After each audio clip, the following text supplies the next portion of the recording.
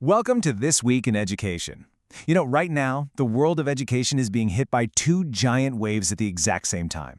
On one side, you've got artificial intelligence, and on the other, a revolution in the science of how we actually learn to read. It's a lot to unpack, so let's get into it.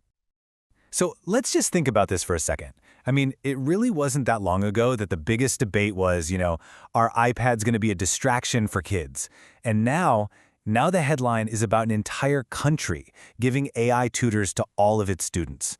The jump from distraction to nationwide deployment is just, wow. It really shows you how fast things are moving on these two fronts. All right, so first up, let's talk about AI, because this isn't some future thing anymore. It's not a wave that's coming, it's one that's already crashing on the shore in classrooms all over the world. And check this out.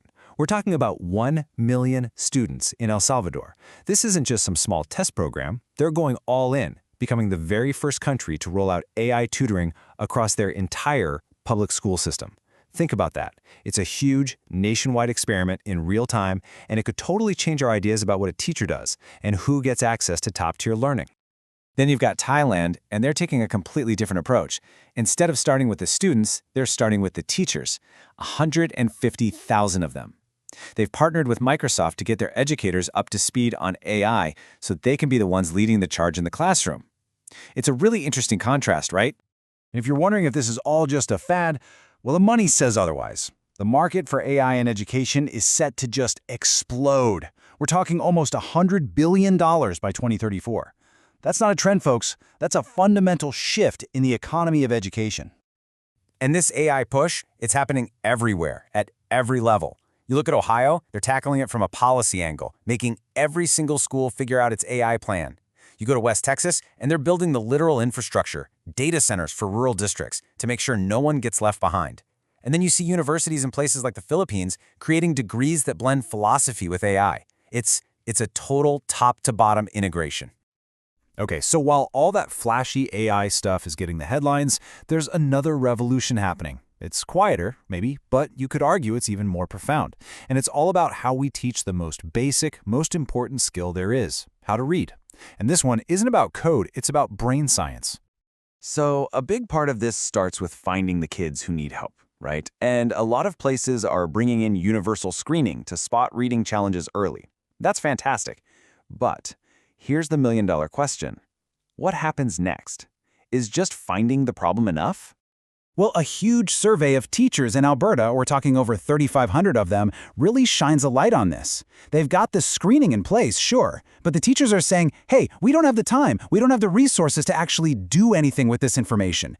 And that's the core of it, isn't it? Finding a problem without having a way to fix it, that's not a solution. But even with those hurdles, the momentum for the science of reading is for sure building all over the world. You've got Barbados launching Project Uplift.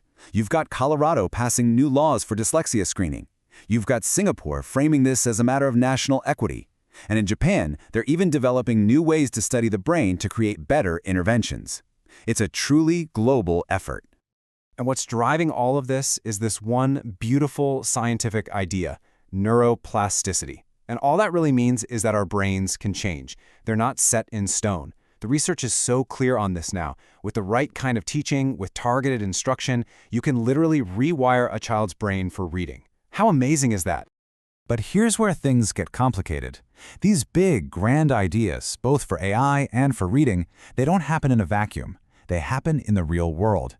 And that's where they run into things like budgets, zoning laws, and, well, neighbors. Let me tell you about a situation in Belmont, California. There's a special school there, the Charles Armstrong School, that does amazing work with kids who struggle with reading. And they had a plan to expand so they could help just 30 more students. 30 kids. Sounds like a no-brainer, right? Well, it ran into a brick wall of opposition from the neighbors.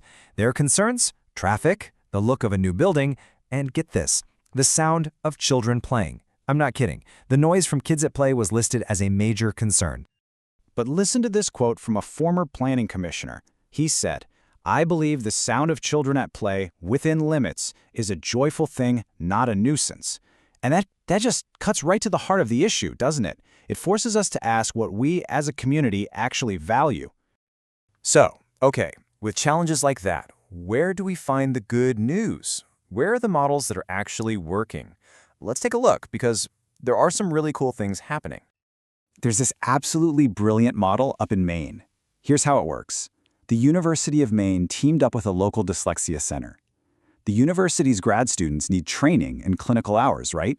So they provide tutoring to local kids. The result? The students get incredible real-world training, and the community's children get top-notch reading help for free. It's just a perfect win-win.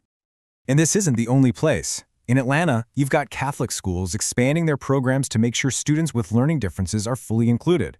And in Connecticut, there's a partnership that's taking the latest neuroscience research and putting it directly into the classroom, helping teachers focus on what kids can do, on their strengths. Which really brings us to the big question hanging over everything in education right now. How do we balance it all? How do we take all the amazing potential of technology while holding on to the power of that one-on-one human connection? Because, let's be honest, there's a downside to some of this tech.